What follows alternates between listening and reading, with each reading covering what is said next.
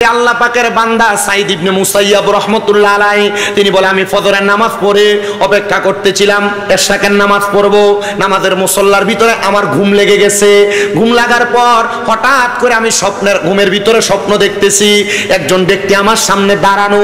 এই ব্যক্তিটার শরীরের নাভি থেকে মাথার তালু পর্যন্ত ভালোই দেখা যায়, কিন্তু নাভি থেকে পায়ের তালু পর্যন্ত আগুন জ্বলতেছে ধাউ ধাউ করে। বড় মারাত্মক বিষয় না? আমি তাকে দেখে প্রশ্ন করলাম, এ ভাই তোমার শরীরের কেন এমন অবস্থা? সে আমার বলে আমার শরীরের এই যে নাভি থেকে মাথা পর্যন্ত ভালো, নাভি থেকে পায়ের তালু পর্যন্ত জ্বলে, এটার কারণ হইল আমার দুই মেয়ে। মাইয়ারে দুনিয়াতে রাইখা যাবেন, এ মাইয়া আপনার জাহান্নামের কারণ কি হইতেছে দেখেন। হুজুর আপনার দুইটা মেয়ের কি কারণ? বলে হুজুর আমি দুনিয়ার জমিনে আমার একটা মেয়ে জন্ম দিয়েছিলাম, যার বয়স ছিল 13 বছর। তাকে আমি কোরআন সুন্নাহ মোতাবেক চালাইছিলাম, সে সুন্দরভাবে চলছে, আর এই ব্যক্তি এখনো আমল করে। আল্লাহ তাআলা এই মেয়ের কারণে আমার অর্ধেক শরীর নাজাত দিয়া রাখছে। কিন্তু আমি যখন দুনিয়াতে ইন্তেকাল করি, আমার একটা মেয়ের বয়স ছিল, আমার একটা মেয়ে তার মায়ের গর্ভে ছিল 5 মাসের। আমি ইন্তেকাল করার 6 মাস পর, আমি ইন্তেকাল করার 5 মাস পরে ওই মেয়েটা দুনিয়াতে আগমন করেছে। আগমন করার পর আমার স্ত্রী এবং আমার বড় মেয়েটা ওই মেয়েটাকে আল্লাহওয়ালা কোরআনওয়ালা বানাইতে পারে নাই। ওই মেয়েটা দুনিয়ার ভাব ভঙ্গিমার সাথে চইলা বেপরদা হয়ে গেছে, বেহায়াপনা করছে, মানুষের মাঝে চলাচল করছে। এবার এই মেয়েটা বেপরদা হওয়ার কারণে আমার এই কবরের মধ্যে আমার অর্ধেক শরীর আগুনে জ্বলতেছে। এ যুগের হাট এলাকার পর্দার অন্তরালের আমার মা বোনেরা, তোমরা যারা বেপরদা চলো, পরপুরুষের সামনে চেহারা দেখায় দেখায় হাঁটো, আবার এইটা বেপরদা না। এখন আমাদের সমাজে বুরকার মাধ্যমে বেপরদা চলে। হুজুর কেমনে? আরে বুরকা পরব মায়েরা এই কারণে তাদের শরীরের কোনো কিছু বোঝা যাবে না, দেখা যাবে না। আর এখন বুরকা পরে এতটাই, এটা উলঙ্গ থাকলে যা দেখা যাইতো, বুরকা পরলে তার শরীরের সব দেখা যায়। এমন জাতের মহিলাও বাংলার সমাজে আছে না? না, আপনার কাছে এটা বোরকা মনে হয়? এটা বেহায়াপনার মূল মাধ্যম। মা বোনেরা যারা ছোট ছোট জামা কাপড় পরেন, এটার কারণে আপনারা দুজকে জ্বলবেন, আপনাদের বাবা আপনাদের ভাইয়েরা দুজকে জ্বলবে। মা বোনেরা যারা কাপড় পরেন, আপনাদের পেটের অর্ধেক অংশ দেখা যায়, এটার কারণে দুজকে জ্বলা লাগবে। তো সাবধান, সতর্ক, এটার কারণে আপনারা দুজকে যেহেতু জ্বলবেন, এই কর্মগুলা ত্যাগ করা দরকার। সাইদ ইবনে মুসাইয়াব বলে আমি আবার হাঁটতে হাঁটতে তালাশ করলাম কোন ব্যক্তি স্ত্রীর গর্ভে সন্তান রাইখা মারা গেছে। অনেকক্ষণ পরে আমি খুঁজে পাইলাম অমুক ব্যক্তির ঘর। আমি তাদের দরজার সামনে যায় দাঁড়ায়া সালাম দিলাম, আসসালামু আলাইকুম ওয়া রাহমাতুল্লাহ। ঘরে থেকে আমারে কোনো সালামের জবাব দেয় না। আবার সালাম দিলাম, আসসালামু আলাইকুম ওয়া রাহমাতুল্লাহ, আমার কোনো সালামের জবাব দেয় না।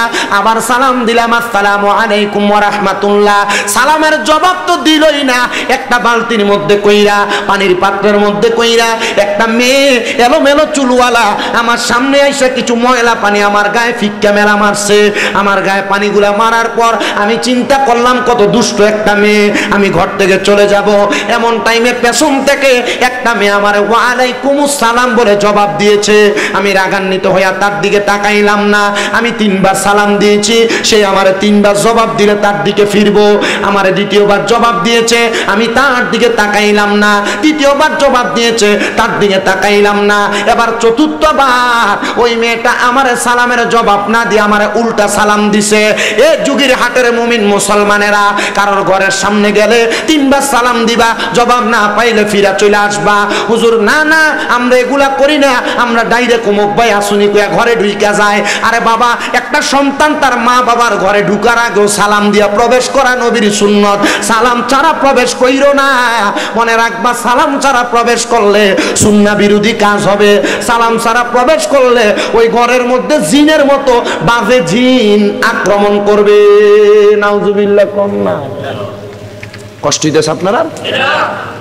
তারা পানি বন্ধ করছেন, মাইকের আওয়াজ শোনেনি? একজন খবর দেন না, ফাঁকা না, পানির আওয়াজ।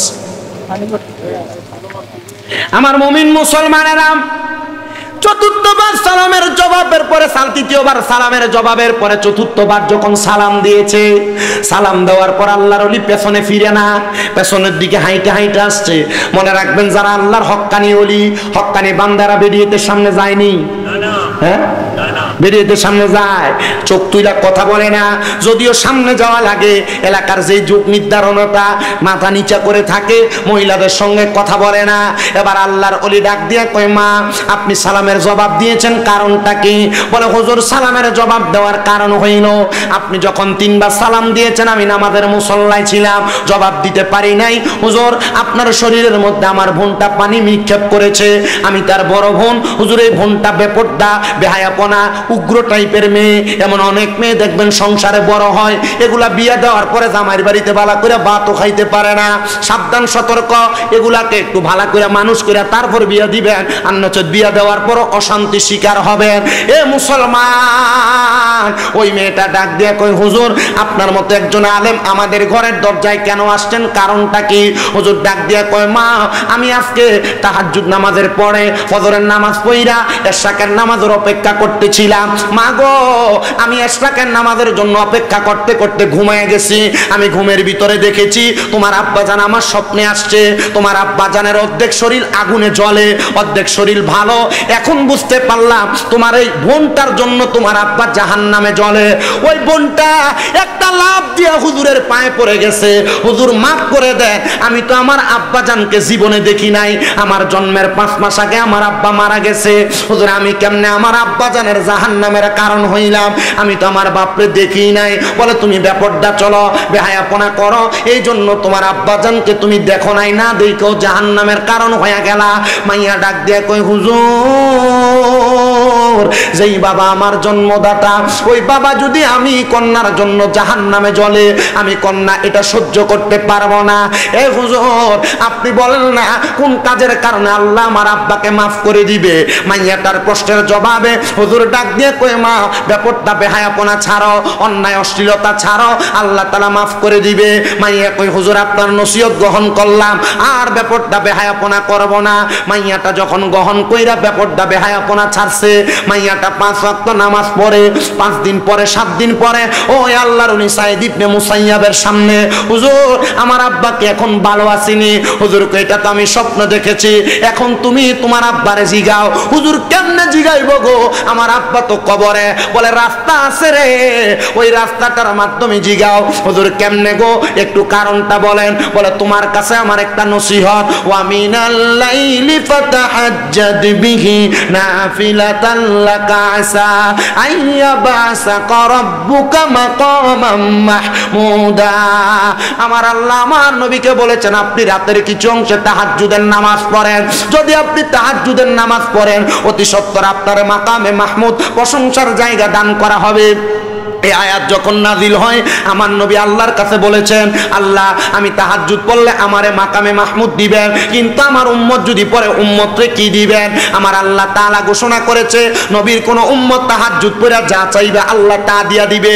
ও হুজুর, তাইলে আমি তাহাজ্জুদ পড়ে আমার আব্বার কথা স্মরণ করলে আব্বারে দেখতে পাবো।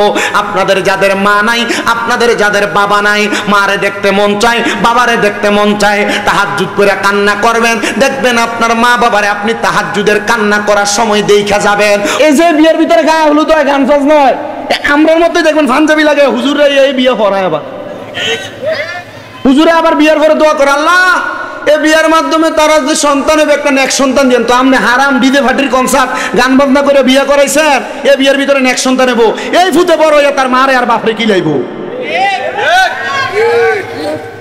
আপনি হারাম কাজ দিয়ে বিয়ে শুরু করলে এই বিয়ে থেকে নেক্সট সন্তান হইব না? এটা আর কইলাম না, এটা বেশি কঠোর হয়ে যাবে।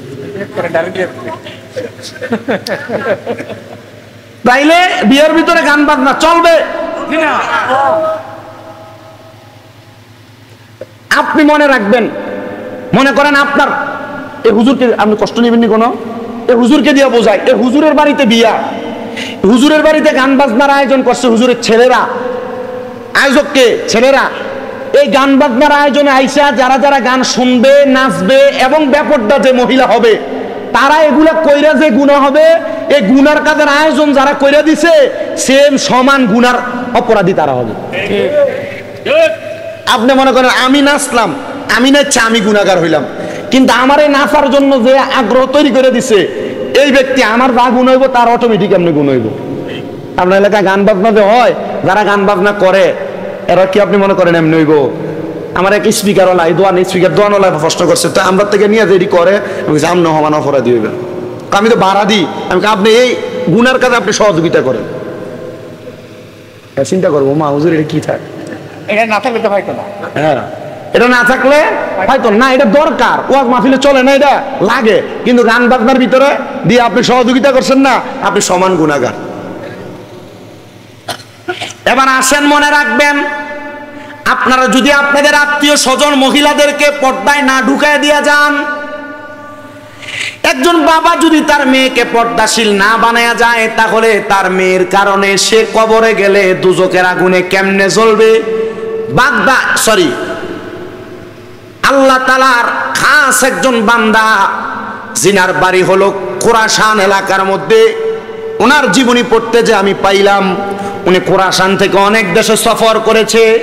উনি বলেন, আমি একদিন রাত্রবেলা সজাগ অবস্থায় আমার সারা রাত্র কাটাইলাম।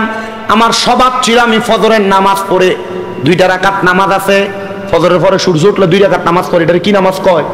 এশরাক। না কি নামাজ কয়? ওই যারা নতুন শুনছে এশরাক, চিন্তা করতেছে ফজর, জোহর, আসর, মাগরিব, এশা 5 ওয়াক্ত জানি, এশরাক ফাইলেন কো? আরে এডি ছাড়া আরো নামাজ আছে। সূর্য ওঠার সাথে সাথে নামাজ পড়ে এশরাক, সূর্য ওঠার পর থেকে সূর্য ডুবার আগ পর্যন্ত আরো 2 রাকাত নামাজ আছে, যেটা চাষের নামাজ অথবা দোহারের নামাজ কয়। মাগরিবের নামাজ আদায় কইরা 6 রাকাত নামাজ আছে, যে নামাজটারে কয় আওয়াবিনের সালাত। কেউ যদি টানা 30 দিন অথবা 40 দিন এই সালাত আদায় করে, তাহলে এই ব্যক্তির 12 বছর ইবাদতের সওয়াব পাবে। এটা শাওয়াল মাস যাইতেছে, 6 রোজা রাখছেন নি? রাখেন। এই 6 রোজা যারা রাখবে তাদের আমল নাই পুরো 1 বছর রোজা রাখার সওয়াব হবে। আমি কিন্তু কথার ফাঁকে ফাঁকে অনেকগুলো আমলের কথা বলে দিয়ে যাচ্ছি, আপনাদের কেমন লাগতেছে আমি বুঝতেছি না। তবে আমার জানা মত, আমি যতটুকু জানি, বেড়াইতের থেকে আমার ওয়াজ বেশি বেরিয়েতে শোনে। আল্লাহ আপনাদেরকে কবুল করুন। শুধু এই 2-3টা নামাজ না, আরো নামাজ আছে। ফজরের আগে তাহাজ্জুদের নামাজ, এই সালাত তাহাজ্জুদের নামাজ পড়ে কেউ যদি আল্লাহর কাছে কোনো কিছু চায়, ওই চাওয়া যদি সঠিক হয়, আল্লাহ তাআলা 3 মাসের ভিতরে তারা দেয়। 3 মাস। আমার চোখের দেখা সাক্ষী, আমি অনেককে নসিহত করছি তাহাজ্জুদের সালাতের। ক্যান্সারের রোগীর ক্যান্সারের মতো কঠিন রোগ ভালো হয়েছে তাহাজ্জুদের নামাজের কারণে। সন্তান হয় না এমন অনেক মহিলার সন্তান হয়েছে তাহাজ্জুদের কারণে।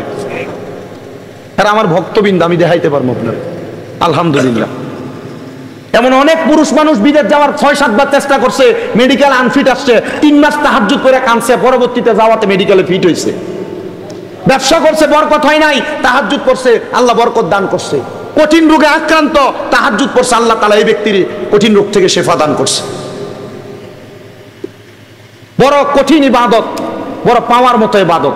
শুধু তাহাজ্জুদ এই 4টা নামাজ, ইশরাক, চাশ, আওয়াবিন এবং তাহাজ্জুদ এই 4টা না, আরো নামাজ আছে। বলে হুজুর কি নামাজ? নফল সালাতের ভিতরে একটা সালাত আছে, যে সালাতটা হইল সালাতুত তাসবিহ নামাজ। যে সালাতুত তাসবিহ নামাজ পারলে দৈনিক একবার, না পারলে সপ্তাহে একবার, না পারলে মাসে একবার, না পারলে বছরে একবার, না পারলে জীবনে একবার হইলো পড়া একটা বান্দার জন্য বড়ই সাফল্যমণ্ডিত করার কাজ। সালাতুত তাসবিহ নামাজ একটু সময় লাগে, মোটামুটি 25-30 মিনিট লাগে পড়তে। আরো আছে আর একটা সালার নাম সালাতুল ইস্তিসকা, বৃষ্টি না হইলে এই নামাজ আদায় করে। 6টা নামাজ না, আমার চা লাগতো না, আমি কথাটি কই একটু বাহ্যিকে গরম লাগে। কতক্ষণ হয়েছে মাইক ধরছি যে? অনেক সময় হয়ে গেছে না, 10:30 না, 40-এ শুরু হয়েছে। আরো কিছু শুনবেন নি আপনারা? যদি শোনেন আমি বলবো, আর নাইলে আমি বাড়িতে যেতে পারলাম, আমি ঘুমাইতে এরম। আল্লাহ কবুল করেন, আমিন পড়েন। আমি কথাগুলো বইলা শেষ করি। সালাতুত তাসবির পরে আরেকটা নামাজ আছে সালাতুল ইস্তিসকা। এই নামাজ পড়ে বৃষ্টি যদি না হয়, আল্লাহর কাছে দোয়া করলে বৃষ্টি দেয়। আরেকটা নামাজ আছে সালাতুল হাজত। হুজুর সালাতুল হাজত কি? সালাতুল হাজতের নামাজ হচ্ছে আপনার মনে করেন কোনো মনের আশা পূরণ হইতেছে না, মনের আশা পূরণ হচ্ছে না, আপনি নামাজ পড়বেন, নামাজের নিয়ত করবেন আল্লাহু আকবার, সূরা ফাতিহা অন্য সূরা মিলাবেন, দ্বিতীয় রাকাত সূরা ফাতিহা সূরা ইখলাস 3 বার পড়বেন, পড়া সিজদাতে যা সুবহানা রাব্বিয়াল আলা 3 বার 4 বার 3 বার 5 বার 7 বার 9 বার পড়ার পর আপনার যে মনের আশা আকাঙ্ক্ষা এটা সিজদায় বাংলাতে বলবেন। এটা সলাতুল হাজত, বলেন সলাতুল হাজত। পাইলাম কয়টা নামাজ? 7টা। আরেকটা নামাজ আছে সলাতুল খাইরের নামাজ, নফল ইবাদত 100 রাকাত। কয় রাকাত? 100 রাকাত। 2 রাকাত 2 রাকাত করে পড়ে। প্রথম রাকাতে সূরা ফাতিহা একটা সূরা মিলাবেন, দ্বিতীয় রাকাত সূরা ফাতিহা 10 বার সূরা ইখলাস পড়বেন। সলাতুল খাইরের নামাজ, এই 8টা নফল নামাজ, এটি তো 5 ওয়াক্ত নামাজের পরে, তাহলে 13টা ওয়াক্ত পাবেন আপনি। এমন আরো মানে সর্বমোট 50টা নামাজের নামাজ। কয়টা? আমি জানি না আর কি 50টার নাম। 50টা নামাজ। বলে হুজুর এটি কোনটি? ওই যে নবীজি মেরাজে গেছিলেন, নামাজ ছিলেন কয় ওয়াক্ত? আমরা পড়ি কয় ওয়াক্ত? আর 45 ওয়াক্ত কো? এই 5 ওয়াক্ত পড়লে আপনি 50 ওয়াক্তের সওয়াব পান, ঠিক এটা জানেন তো? 50 ওয়াক্তের সওয়াব পাওয়া যায়। কিন্তু এই 50 ওয়াক্ত যে পড়ছে নবীজির জীবনে এগুলো আদায় করছিলেন, এগুলা কি কি নামাজ? তা আপনি 13 ওয়াক্ত পড়ে দেখান নাকি? 13 ওয়াক্ত। 5 ওয়াক্তর পরে যে 8টা কইছি 8টাকে পড়েন, দেখবেন সময়টা হয় না পড়ার লাগা। আল্লাহ আমরারে কবুল করেন, কোন আমিন। আর মোহাব্বতের আওয়াজে কোন আমিন। আর জবান খুলে জোরে পড়েন আমিন। এটা আনো সারে, এটা সারে এটা আনো না। আমি খাই না, আমি খাইলে অনেকে 4টা কোট বুইটা হয়ে যাবো, কারণ আপনি এটা নিয়ে দিলে তো এরা খাইবো, এবার এরা ভালো লাগতো না। তো এটা না হয় না, রাহা আমার মনে কষ্ট নিয়েন না আব্বা, উদয় না খাওয়ানোর দরকার নেই, এটা পরে আমরা বাকযুগ করে খাইলাম। আমার বক্তা দাওয়াত দিচ্ছেন বৈতাল মার্কা বক্তা। আমি কোনো হুদা শিক্ষিত বক্তা না, আমি মোটামুটি যা পড়ালেখা করি তা মানুষের কাছে বলি, এর থেকে 2-1টা নসিহতের কথা বলি, এর থেকে মানুষ হেদায়েত হইলে আলহামদুলিল্লাহ।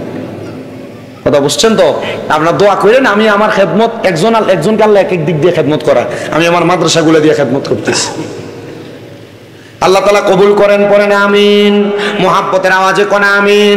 তো যেই কথার মধ্যে বলতেছিলাম আমার বাবারা, ওই আল্লাহ পাকের বান্দা সাইদ ইবনে মুসাইয়াব রাহমাতুল্লাহ আলাইহি, তিনি বলে আমি ফজরের নামাজ পড়ে অপেক্ষা করতেছিলাম এশরাকের নামাজ পড়ব। নামাজের মুসল্লার ভিতরে আমার ঘুম লেগে গেছে। ঘুম লাগার পর হঠাৎ করে আমি ঘুমের ভিতরে স্বপ্ন দেখতেছি একজন ব্যক্তি আমার সামনে দাঁড়ানো। এই ব্যক্তিটার শরীরের নাভি থেকে মাথার তালু পর্যন্ত ভালোই দেখা যায়, কিন্তু নাভি থেকে পায়ের তালু পর্যন্ত আগুন জ্বলতেছে ধাউ ধাউ করে। বড় মারাত্মক বিষয় না? আমি তাকে দেখে প্রশ্ন করলাম, এ ভাই তোমার শরীরের কেন এমন অবস্থা? সে আমার বলে আমার শরীরের এই যে নাভি থেকে মাথা পর্যন্ত ভালো, নাভি থেকে পায়ের তালু পর্যন্ত জ্বলে, এটার কারণ হলো আমার 2 মেয়ে। মাইয়ারে দুনিয়াতে রাইখা যাবেন, এ মাইয়া আপনার জাহান্নামের কারণ কি হইতেছে দেখেন। হুজুর আপনার 2টা মেয়ের কি কারণ? বলে হুজুর আমি দুনিয়ার জমিনে আমার একটা মেয়ে জন্ম দিয়েছিলাম, যার বয়স ছিল 13 বছর। তাকে আমি কোরআন সুন্নাহ মোতাবেক চালাইছিলাম, সে সুন্দরভাবে চলছে, আর এই ব্যক্তি এখনো আমল করে। আল্লাহ তাআলা এই মেয়ের কারণে আমার অর্ধেক শরীর নাজাত দিয়া রাখছে। কিন্তু আমি যখন দুনিয়াতে ইন্তেকাল করি, আমার একটা মেয়ের বয়স ছিল, আমার একটা মেয়ে তার মায়ের গর্ভে ছিল 5 মাসের। আমি ইন্তেকাল করার 6 মাস পর, আমি ইন্তেকাল করার 5 মাস পরে ওই মেয়েটা দুনিয়াতে আগমন করেছে। আগমন করার পর আমার স্ত্রী এবং আমার বড় মেয়েটা ওই মেয়েটাকে আল্লাহওয়ালা কোরআনওয়ালা বানাইতে পারে নাই। ওই মেয়েটা দুনিয়ার ভাব ভঙ্গিমার সাথে চইলা বেপরদা হয়ে গেছে, বেহায়াপনা করছে, মানুষের মাঝে চলাচল করছে। এবার এই মেয়েটা বেপরদা হওয়ার কারণে আমার এই কবরের মধ্যে আমার অর্ধেক শরীর আগুনে জ্বলতেছে। এর যুগের হাট এলাকার পর্দার অন্তরালের আমার মা বোনেরা, তোমরা যারা বেপরদা চলো, পরপুরুষের সামনে চেহারা দেখায় দেখায় হাঁটো, আবার এইটা বেপরদা না। এখন আমাদের সমাজে বুরকার মাধ্যমে বেপরদা চলে। হুজুর কেমনে? আরে বুরকা পরব মায়েরা এই কারণে তাদের শরীরের কোনো কিছু বোঝা যাবে না, দেখা যাবে না। আর এখন বুরকা পরে এতটাই, এটা উলঙ্গ থাকলে যা দেখা যাইতো, বুরকা পরলে তার শরীরের সব দেখা যায়। এমন জাতের মহিলাও বাংলার সমাজে আছে না? না, আপনার কাছে এটা বোরকা মনে হয়? এটা বেহায়াপনার মূল মাধ্যম। মা বোনেরা যারা ছোট ছোট জামা কাপড় পরেন, এটার কারণে আপনারা দুজকে জ্বলবেন, আপনাদের বাবা আপনাদের ভাইয়েরা দুজকে জ্বলবে। মা বোনেরা যারা কাপড় পরেন, আপনাদের পেটের অর্ধেক অংশ দেখা যায়, এটার কারণে দুজকে জ্বলা লাগবে। তো সাবধান, সতর্ক, এটার কারণে আপনারা দুজকে যেহেতু জ্বলবেন, এই কর্মগুলা ত্যাগ করা দরকার। সাইদ ইবনে মুসাইয়াব বলে, আমি আবার হাঁটতে হাঁটতে তালাশ করলাম কোন ব্যক্তি স্ত্রীর গর্ভে সন্তান রাইখা মারা গেছে। অনেকক্ষণ পরে আমি খুঁজে পাইলাম অমুক ব্যক্তির ঘর। আমি তাদের দরজার সামনে যা দাঁড়ায়া সালাম দিলাম, আসসালামু আলাইকুম ওয়া রাহমাতুল্লাহ। ঘরে থেকে আমারে কোনো সালামের জবাব দেয় না। আবার সালাম দিলাম, আসসালামু আলাইকুম ওয়া রাহমাতুল্লাহ। আমার কোনো সালামের জবাব দেয় না। আবার সালাম দিলাম, আসসালামু আলাইকুম ওয়া রাহমাতুল্লাহ। সালামের জবাব তো দিলই না। একটা বালতির মধ্যে কইরা, পানির পাত্রের মধ্যে কইরা, একটা মেয়ে এলোমেলো চুলওয়ালা আমার সামনে এসে কিছু ময়লা পানি আমার গায়ে ফিক্কা মেলা মারছে। আমার গায়ে পানিগুলা মারার পর আমি চিন্তা করলাম, কত দুষ্ট একটা মেয়ে, আমি ঘর থেকে চলে যাব। এমন টাইমে পেছন থেকে একটা মেয়ে আমার ওয়ালাইকুমুস সালাম বলে জবাব দিয়েছে। আমি রাগান্বিত হইয়া তার দিকে তাকাইলাম না। আমি 3 বার সালাম দিয়েছি, সে আমার 3 বার জবাব দিলে তার দিকে ফিরবো। আমার দ্বিতীয়বার জবাব দিয়েছে, আমি তার দিকে তাকাইলাম না। তৃতীয়বার জবাব দিয়েছে, তার দিকে তাকাইলাম না। এবার চতুর্থবার ওই মেয়েটা আমার সালামের জবাব না দিয়ে আমার উল্টা সালাম দিছে। এ যুগের হাটের মুমিন মুসলমানেরা, কারোর ঘরের সামনে গেলে 3 বার সালাম দিবা, জবাব না পাইলে ফিরা চলে আসবা। হুজুর না না, আমরা এগুলা করি না, আমরা ডাইরেক্ট অমুক ভাই আসুনি কইয়া ঘরে ঢুইকা যায়। আরে বাবা, একটা সন্তান তার মা বাবার ঘরে ঢুকার আগেও সালাম দিয়া প্রবেশ করা নবীর সুন্নত। সালাম ছাড়া প্রবেশ কইরো না। মনে রাখবা, সালাম ছাড়া প্রবেশ করলে সুন্নাহ বিরোধী কাজ হবে। সালাম ছাড়া প্রবেশ করলে ওই ঘরের মধ্যে জিনের মতো বাজে জিন আক্রমণ করবে। নাউজুবিল্লাহ। কম না, কষ্ট হইতেছে আপনারা? তারা পানি বন্ধ করছেন, মাইকের আওয়াজ ফোনে নিয়ে একজন খবর দেন না, ফাঁকা না, পানির আওয়াজ। আমার মুমিন মুসলমানেরা, চতুর্থবার সালামের জবাবের পরে, তৃতীয়বার সালামের জবাবের পরে চতুর্থবার যখন সালাম দিয়েছে, সালাম দেওয়ার পর আল্লাহর ওলি পেছনে ফিরে না, পেছনের দিকে হাইটে হাইটে আসছে। মনে রাখবেন, যারা আল্লাহর হক্কানি ওলি, হক্কানি বান্দারা বেরিয়েতে সামনে যায়নি, হ্যাঁ বেরিয়েতে সামনে যায়, চোখ তুইলা কথা বলে না। যদিও সামনে যাওয়া লাগে, এলাকার যে যুগ নির্ধারণতা, মাথা নিচা করে থাকে, মহিলাদের সঙ্গে কথা বলে না। এবার আল্লাহর ওলি ডাক দিয়া কয়, মা আপনি সালামের জবাব দিয়েছেন, কারণটা কি? বলে, হুজুর সালামের জবাব দেওয়ার কারণ হইল, আপনি যখন 3 বার সালাম দিয়েছেন, আমি নামাজের মুসল্লায় ছিলাম, জবাব দিতে পারি নাই। হুজুর, আপনার শরীরের মধ্যে আমার বোনটা পানি নিক্ষেপ করেছে, আমি তার বড় বোন। হুজুর, এই বোনটা বেপরদা, বেহায়াপনা, উগ্র টাইপের মেয়ে। এমন অনেক মেয়ে দেখবেন সংসারে বড় হয়, এগুলা বিয়ে দেওয়ার পরে জামাইয়ের বাড়িতে ভালো করে ভাতও খাইতে পারে না। সাবধান, সতর্ক, এগুলাকে একটু ভালো করে মানুষ করে তারপর বিয়ে দিবেন, অন্যচেত বিয়ে দেওয়ার পর অশান্তি শিকার হবেন। এ মুসলমান, ওই মেয়েটা ডাক দিয়ে কই, হুজুর আপনার মতো একজন আলেম আমাদের ঘরের দরজায় কেন আসছেন, কারণটা কি? হুজুর ডাক দিয়ে কয়, মা আমি আজকে তাহাজ্জুদ নামাজের পরে ফজরের নামাজ পড়া এশরাকের নামাজের অপেক্ষা করতেছিলাম। মা গো, আমি এশরাকের নামাজের জন্য অপেক্ষা করতে করতে ঘুমিয়ে গেছি। আমি ঘুমের ভিতরে দেখেছি তোমার আব্বাজান আমার স্বপ্নে আসছে। তোমার আব্বাজানের অর্ধেক শরীর আগুনে জ্বলে, অর্ধেক শরীর ভালো। এখন বুঝতে পারলাম তোমার এই বোনটার জন্য তোমার আব্বা জাহান্নামে জ্বলে। ওই বোনটা একটা লাফ দিয়ে হুজুরের পায়ে পড়ে গেছে, হুজুর মাফ করে দেন, আমি তো আমার আব্বাজানকে জীবনে দেখি নাই, আমার জন্মের 5 মাস আগে আমার আব্বা মারা গেছে। হুজুর, আমি কেমনে আমার আব্বাজানের জাহান্নামের কারণ হইলাম? আমি তো আমার বাপরে দেখি নাই। বলে, তুমি বেপরদা চলো, বেহায়াপনা করো, এই জন্য তোমার আব্বাজানকে তুমি দেখো নাই, না দেখো জাহান্নামের কারণ হয়ে গেলা। মাইয়া ডাক দিয়ে কই, হুজুর, যেই বাবা আমার জন্মদাতা, ওই বাবা যদি আমি কন্যার জন্য জাহান্নামে জ্বলে, আমি কন্যা এটা সহ্য করতে পারবো না। এ হুজুর, আপনি বলেন না কোন কাজের কারণে আল্লাহ আমার আব্বাকে মাফ করে দিবে? মাইয়াটার প্রশ্নের জবাবে হুজুর ডাক দিয়ে কই, মা ব্যাপারটা বেহায়াপনা ছাড়ো, অন্যায় অশ্লীলতা ছাড়ো, আল্লাহ তাআলা মাফ করে দিবে। মাইয়া কই, হুজুর আপনার নসিহত গ্রহণ করলাম, আর ব্যাপারটা বেহায়াপনা করব না। মাইয়াটা যখন গ্রহণ কইরা ব্যাপারটা বেহায়াপনা ছাড়ছে, মাইয়াটা 5 ওয়াক্ত নামাজ পড়ে। 5 দিন পরে, 7 দিন পরে ওই আল্লাহর উনি সাইদ ইবনে মুসাইয়াবের সামনে, হুজুর আমার আব্বাকে এখন ভালো আসেনি। হুজুর কই, এটা তো আমি স্বপ্ন দেখেছি, এখন তুমি তোমার আব্বারে জিগাও। হুজুর কেমনে জিগাইব গো? আমার আব্বা তো কবরে। বলে রাস্তা আছে রে, ওই রাস্তাটার মাধ্যমে জিগাও হুজুর কেমনে গো, একটু কারণটা বলেন। বলে তোমার কাছে আমার একটা নসিহত, ওয়া মিনাল লাইলি ফাতাহাজ্জাদ বিহি নাফিলাতান লাকা আসা আইয়াবাসাকা রাব্বুকা মাকামান মাহমুদা। আমার আল্লাহ আমার নবীকে বলেছেন আপনি রাতের কিছু অংশে তাহাজ্জুদের নামাজ পড়েন। যদি আপনি তাহাজ্জুদের নামাজ পড়েন অতি সত্বর আপনার মাকামে মাহমুদ প্রশংসার জায়গা দান করা হবে। এই আয়াত যখন নাজিল হয় আমার নবী আল্লাহর কাছে বলেছেন, আল্লাহ আমি তাহাজ্জুদ পড়লে আমারে মাকামে মাহমুদ দিবেন, কিন্তু আমার উম্মত যদি পড়ে উম্মতরে কি দিবেন? আমার আল্লাহ তাআলা ঘোষণা করেছে নবীর কোন উম্মত তাহাজ্জুদ পড়ে যা চাইবে আল্লাহ তা দিয়া দিবে। ও হুজুর, তাইলে আমি তাহাজ্জুদ পড়ে আমার আব্বার কথা স্মরণ করলে আব্বারে দেখতে পাবো। আপনাদের যাদের মা নাই, আপনাদের যাদের বাবা নাই, মারে দেখতে মন চায়, বাবারে দেখতে মন চায়, তাহাজ্জুদ পড়ে কান্না করবেন, দেখবেন আপনার মা বাবারে আপনি তাহাজ্জুদের কান্না করার সময় দেখা যাবেন। হুজুর কেমনে? আরে আব্বা মা বাপ জান্নাতি না জাহান্নামী? তাহাজ্জুদ নামাজ পড়ে চেষ্টা করলে আপনি মা বাবার জান্নাত জাহান্নামের খবরও বলতে পারবেন। আমার কথা না, স্বয়ং আল্লাহর কোরআনের কথা।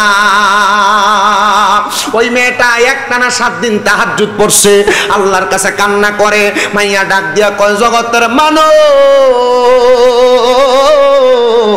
আমি যখন তাহাজ্জুদের নামাজ পড়া আমার বাবার জন্য কান্না করতে লাগলাম, আমি সেজদার মধ্যে থাইকা হঠাৎ করে দেখতে পাইলাম একজন নূরানি পোশাকওয়ালা সুরতওয়ালা মানুষ, যিনি সামনে হাঁটতেছে, সুন্দর ফুলের বাগান, ডাইনে বামে সামনে পেছনে রহমতের হুরগিল মানরা।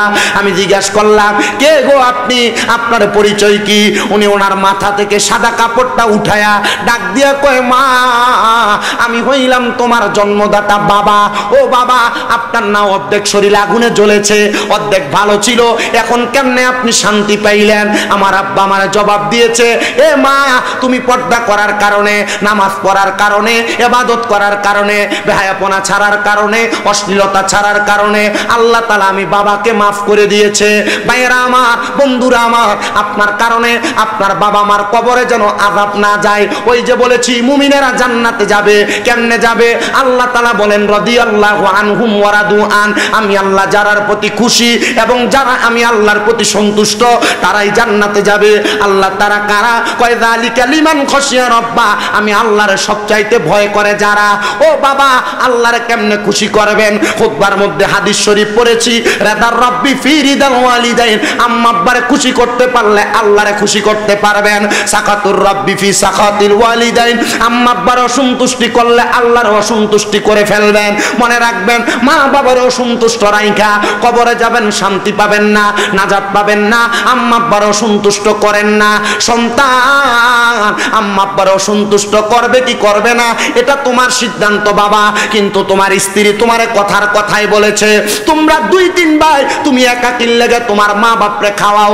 এই কথা শুই না মা বাপরে অনেক ফুতেরা জুদা করে দেয়। মা বাপ এক সপ্তাহ এই ভাইয়ের ঘরে, আর এক সপ্তাহ এই ভাইয়ের ঘরে ভাত খায়, সকালে এই ভাইয়ের ঘরে, দুপুরে এই ভাইয়ের ঘরে ভাত খায়। আবদার করিলে সন্তানের দলেরা কেউ যদি মা বাপরে জুদা করে থাকো, আলাদা করে থাকো, ধমক দিয়ে থাকো, খারাপ ব্যবহার করে থাকো, দে তোর পাও আমার সামনে দে, আমি আমার জিহ্বা দিয়ে তোর পাও পরিষ্কার করে দিব।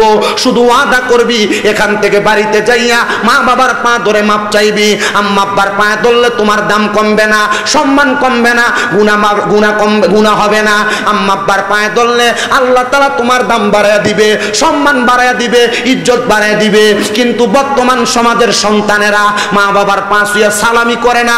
এই যে ঈদ গেছে পা ছুঁয়া সালাম করে নাই, মৌলবীরা ফতোয়া দিয়া দিছে পা ছুঁয়া সালাম করা বেদাত। আর এই বেদাত করতে করতে তোমার ইবাদত থেকে দূরে সরায় রাখতেছে। আরে পা ছুঁয়া সালাম করা না, মাঝে মাঝে সুযোগ পাইলে আম্মা আব্বার পায়ের মধ্যে চুম্বন করবা, সাহাবায়ে কেরামের সুন্নাত আদায় হবে। জোরে সুরে বলি সুবহানাল্লাহ। আমি জানি না কোনোদিন মা বাবার পায়ে চুমা দিছেন কিনা। আমি বলবো, আমি যে সম্মান পাই, এই যে মাহফিলের পোস্টারে প্রধান আলোচক লেখছেন, এই যোগ্যতা তো আমার নাই। তবে আমি একটা বলতে পারি, মাত্র আমার মা বাবার কদমে চুমা দেওয়ার কারণে আল্লাহ আমার এই সম্মানের আসনে বসাইছেন। মা বাবাকে ইজ্জত করার কারণে আল্লাহ এই আসনে বসাইছেন। ও সন্তান, আম্মা আব্বার পায়ে চুমা দিবা, সালাম করবা। আজকের যুগের হাটের এই মাহফিল কবুল হবে কিনা আমি জানি না, তবে একটা কথা গ্যারান্টি দিয়া বলতে পারি, আগামীকালকে যদি দেখো এই যুগের হাটের কোনো দোকানে বৈশা কোনো মুরব্বী বলে, হ্যাঁ শামীম রেজার ওয়াজ শুই না, আমার ফুতে রাত্রবেলা বাড়িতে যে আমার পায়ে ধরে মাপ চাইছে, মনে করবা মাহফিল কবুল হয়ে গেছে। কোনো মহিলা যদি বলে, হ্যাঁ এই ওয়াজ শুই না, আমার সন্তান বাড়িতে এসে আমার পায়ে ধরে মাপ চাইছে, মনে করবা মাহফিল কবুল হয়ে গেছে। হুজুর কেন? কারণ মা বাপ মাফ করে দিলে আল্লাহ মাফ করে দেয়, মা বাপ মাফ না করলে আল্লাহও মাফ করেন না। সন্তানের দল, ও সন্তানের দল, আম্মা আব্বার পায়ে ধরে মাপ চাইবা। আমি জানি না মাপ চাইবা কি চাইবা না, তবে আবদার করবো মা বাবার কাছে মাপ চাইবা। কিন্তু অনেক সন্তান চিন্তা করে, হুজুর যাদের বাড়িতে বাবা আছে তারা বাড়িতে যাইয়া বাবার পায়ে ধরে মাপ চাইবো, আমার তো আব্বা নাই, আমি কার পায়ে ধরে মাপ চাইবো? এই সন্তানেরা চিন্তা করে, হুজুর যাদের বাড়িতে মা আছে তারা বাড়িতে যাইয়া মার পায়ে ধরে মাপ চাইবো, আমার তো মা নাই, আমি কার পায়ে ধরে মাপ চাইবো? এ সন্তান, মা বাবা কবরে মাপ চাওয়ার মতো কাউরে তুমি খুঁজা পাও না। ওই মা বাপ তোমার বড় কষ্ট করে মানুষ করছে, বড় কষ্ট করে তোমার লালন পালন করছে। আগে এক বেলা ভাত না খাইলে মা বারবার কইতো, কিরে পেটটা দি পিঠের লগে লাইগা রইছে, ভাত খাস না কেন ফুত, তোর পেটটা তো পিঠের সাথে লাগছে, সন্তান অসুস্থ হইয়া যাবি। এখন এক বেলা ভাত না খাইলে, দুই বেলা ভাত না খাইলে কেউ একবার জিগায় না, ফুত খানা দি খাও না। হাই রে, এমন মায়ের মতো আপন কেউ নাই, কেউ নাই। এই যে রোজার ঈদ চলে গেল, কত মানুষের জন্য জামা কাপড় কিনলা, আব্বাটা যে কবরে, আব্বাটার লেগে দিয়ে একটা লুঙ্গি কিনতে পারলা না। ওই আব্বা লুঙ্গি ছিঁড়া গেছে, নিজের হাতে ছিঁড়ে আব্বা পরছে, নিজের ছিঁড়া জুতা পরছে, পায়ের গোড়ালি দিয়া জুতা ছিঁড়া গেছে। আব্বা জান তুমি ফুতেরে রাত্রবেলা নতুন জুতা বাজার থেকে কিনা দিছে, ওই জুতা পইরা খাটে দৌড়াদৌড়ি করছো। আজকে ওই আব্বা অন্ধকার কবরে, সন্তান তুমি তোমার আব্বার একটা পাঞ্জাবি কিনা পরাইতে পারো না। এ সন্তান, মা জননী স্কুল মাদ্রাসায় যাইতে কাপড় রাস্তা থেকে খুইলা 10-20 টাকা তোমার হাতে দিয়া দিছে, পানি বাত্রি মা খাইতে না, আমার ভূতের ওই দিদি আইলে পানি ভাত খাইলে তার কলজা ঠান্ডা হইব। আজকে ওই মা কবরে, মারে দি তোমার ঘরে এক বেলা খাওয়াইতে পারো না। সামনে কোরবানির ঈদ আসতেছে, অনেক সন্তানেরা কোরবানি দেয়, কিন্তু তারার মা বাপ থাকতে তারা কোরবানি দিতে পারে নাই। মানুষের বাড়ি থেকে গোস্ত আসলে মা রান্না কইরা আলুটা বাড়ায় দিত, মা সন্তানরে গোস্ত খাওয়াইতো, আলু জল দিয়া মা খাইছে। এখন ফুতে কত বড় গরু কোরবানি দেয়, কিন্তু তার মারে একটা টুকরা গোস্ত খাওয়াইতে পারে না। ও সন্তান,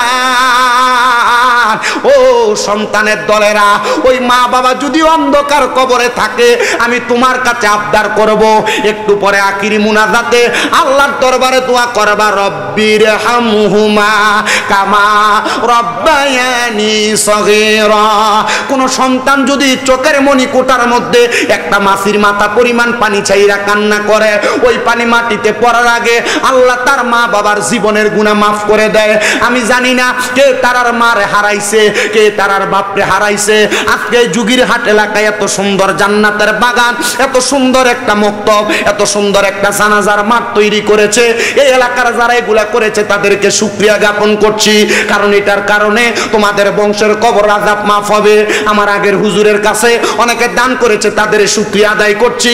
আল্লাহ তাআলা তোমাদেরকে এটার কারণে মাফ করবে। তোমাদের অনেকের মা নাই, অনেকের বাবা নাই, একবার চিন্তা করে দেখো, মা বাপ যদি বাইসা থাকতো, তুমি যদি ভাত খাওয়াইতা, মাসে মা বাবার পেছনে কি 2000 টাকা খরচ হইতো না? তো 12 মাসে তো 24,000 টাকা খরচ হইতো। দেখলাম হুজুর 1000-2000 এর লাগা চিল্লায় আপনাদের কাছে। সন্তানের দল, আম্মা আব্বা যদি বাইচা থাকতো, আম্মা আব্বারে যদি ডাক্তার দেখাইতা, মাসে যদি 1000 টাকার ওষুধ লাগতো, 12 মাসে 12,000 টাকা লাগতো। আরে মা বাপ তোমারে জায়গা দিয়া গেছে, বাড়ি দিয়া গেছে, ক্ষেত পাথরে জায়গা দিয়া গেছে, যদি এগুলা না দিয়া যাইতো, সন্তান তুমি যদি ভাড়া থাকতা, মাসে 5000 টাকা করে